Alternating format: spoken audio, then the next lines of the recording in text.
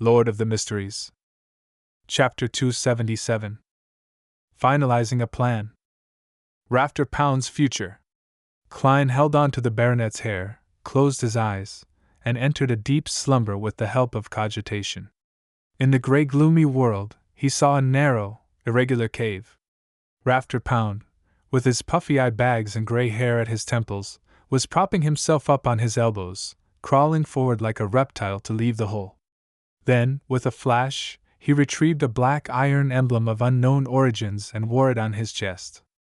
The emblem had a scepter carved on it, as well as a hand that was holding on to the scepter tightly. Tutor! Klein jerked out of the dream and sat up. According to Miss Bodyguard's introduction, the black iron emblem was engraved with the imperial coat of arms of the Fourth Epoch's Tudor Empire royal household. It was identical to the one he had seen in the ancient structure. Rafter Pound is definitely not as simple as he seems to be. Klein rubbed his forehead and muttered to himself. As a seer, he had his own interpretation of the revelation he had received from the dream. On the one hand, he knew that it was something Rafter Pound would do in the future, and on the other hand, he believed that it meant that Rafter Pound had a deep connection with the Tudor family. Through the 3 tests of direct questioning, dream probing, and spirit channeling, Rafter Pound didn't expose any problems, nor did he make me notice that anything was amiss. If I didn't have a 4th test, I probably would have been deceived by him. Yes. Maybe he really doesn't know anything at present, and that it was a true act. In the future, he might even chance upon an opportunity to form a connection with the Tudor family. But it's more likely that he has already learned a lot from the old Viscount. Without confidence, he intentionally turned decadent and acted crazy and ignorant. For him to be able to hide from my dream and spirit channeling, it should be a result of some beyonder powers. He probably wasn't acting at that time and was really in a muddled state. Otherwise, he would have exposed himself in front of a person like me who is very experienced in such matters. What beyonder powers could it be? What sequence number is he? Or is he the kind that is born with certain beyonder powers?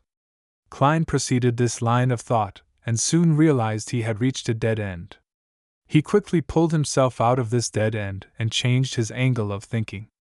Rafter Pound has a deep connection with the Tudor family. Can I make a bold hypothesis that he's actually a descendant of the Tudor family? If the blood relationship between him and the old Viscount is real, then things are going to be interesting. The entire Pound family is a branch of the Tudor family that changed its surname to escape pursuit. They contributed tremendously and were conferred aristocratic titles, and they returned to the center of power, one step at a time.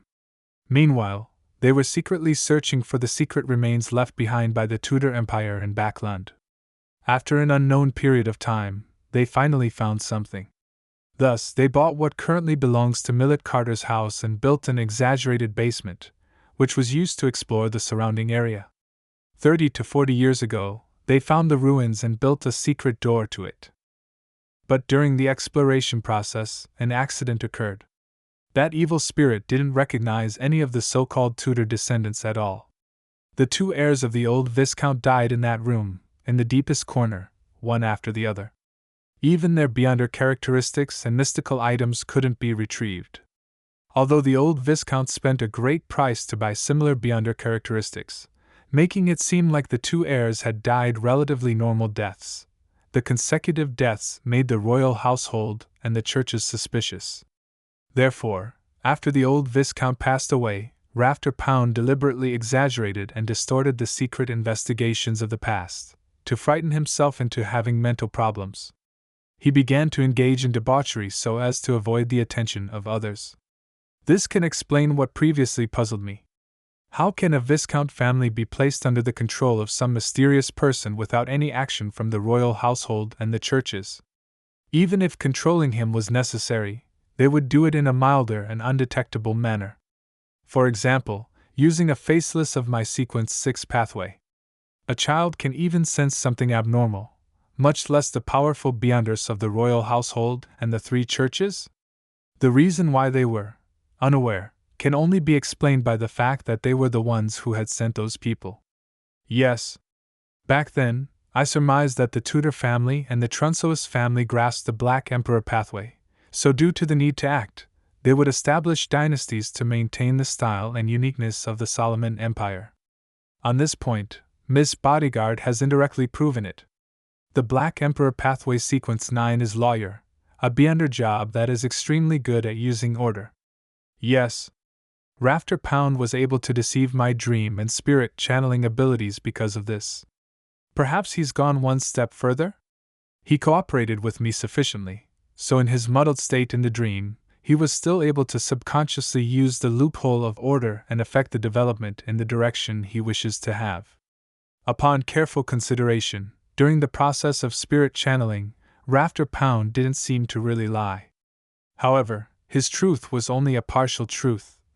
Maintain the family. And, remember the glory, can be referring to the Pound family and also the Tudor family. Klein's train of thought became clearer bit by bit, and he had an overall assessment of the situation. From Rafter Pound's current attitude, the evil spirit shouldn't be able to escape without any external help, otherwise, the baronet would have long thought of a way to save himself. It doesn't matter if the evil spirit would come looking for him, as long as it escapes the seal and creates a disaster. The secret of the underground ruins would be exposed to the royal household and the churches. When that happens, Rafter will definitely be implicated. The room opposite had collapsed, but it didn't affect the power that restricted the evil spirit.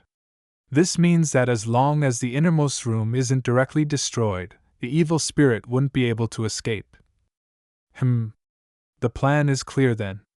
I would buy some explosives from Casper's and collapse the entrance so that no one can get in, leaving the evil spirit buried underground forever. When I'm powerful enough, I can consider finishing it and help the citizens of Backlund get rid of this latent danger and harvest some valuable items in the process. However, how should I collapse it safely? I don't know anything. Maybe Casper's knows a demolition expert? After all, he is a black market weapons merchant. Klein quickly finalized the plan and decided on finding Casper's tomorrow evening. He would try to settle the matter of the underground ruins within the week.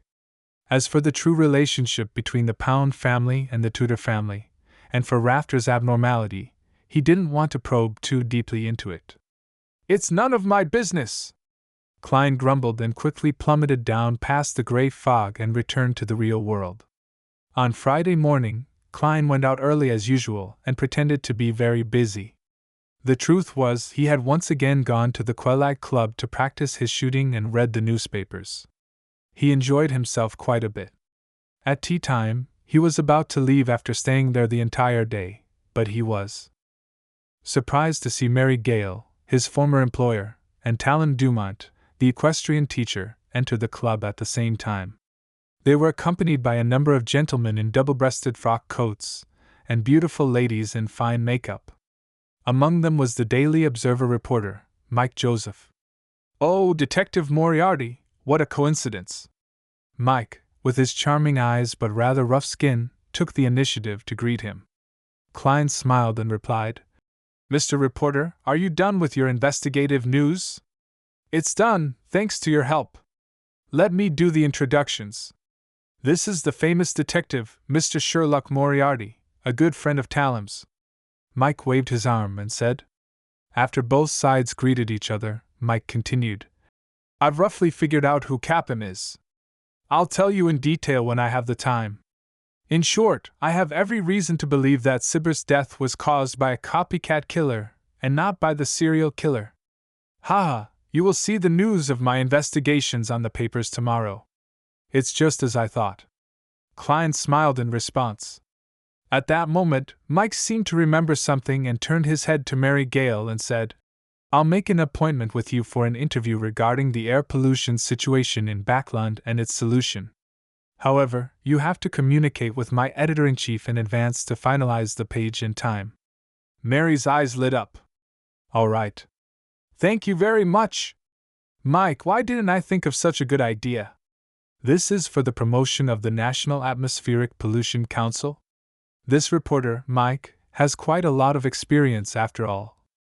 Although the Daily Observer isn't one of the best newspapers, Its circulation is considerable. Did Mary suddenly come here today because the other members of the House of Commons who are members of this club were coming? This type of private club is indeed suitable for politics and business. Klein seemed to gain an understanding and bade farewell ahead of time. Before becoming a faceless, he didn't want to get involved in high-level affairs such as this. Evening, in an apartment in East Borough. After a busy day, Williams entered the small room he rented, intending to change his coat, get some money, go to the pub for a drink, and settle his dinner there. In the gloomy darkness, he suddenly stopped putting on his coat. He saw a shadow standing by the window, its face completely obscured by the shadow of the hood. "Who told you to look for Lenevis?" the dark figure asked in a low, slow voice. Williams quickly put on his coat, gulped his saliva, and said, "I have a friend, a bounty hunter." Bounty hunters referred to adventurers who used various bounty rewards as their main source of income. There were a lot of them in East Borough and in Backland. Why did he suddenly start looking for Lenevis? This is a bounty that was offered a long time ago. The black figure was extremely tall. Step by step, he approached Williams. "I don't know. Maybe she just wanted to attempt another bounty." Williams took a very tiny step back. The dark figure pressed hoarsely. "Who is she?" Williams immediately entered a dilemma, but after a few seconds he replied with a trembling voice. Zio Dericha. I don't know where she lives." "Very good, very honest." The black figure reached out and patted Williams's body. Without further ado, he walked towards the door. Williams secretly heaved a sigh of relief, believing that his rich experience in the underworld had helped him. Don't try to be brave when you shouldn't. At that moment, he saw the shadow snap his fingers. Pa! Williams's thoughts froze, and his body suddenly split into pieces, scattering in all directions, splattering the ground and walls with flesh and blood. Then, the shadow broke the gas pipe. Amidst the sound of gas spewing out from the pipes, he picked up the candle from Williams's desk and struck it against the wick. The black shadow left immediately. A few minutes later, the candle suddenly lit up by itself. Boom! The explosion wiped out everything.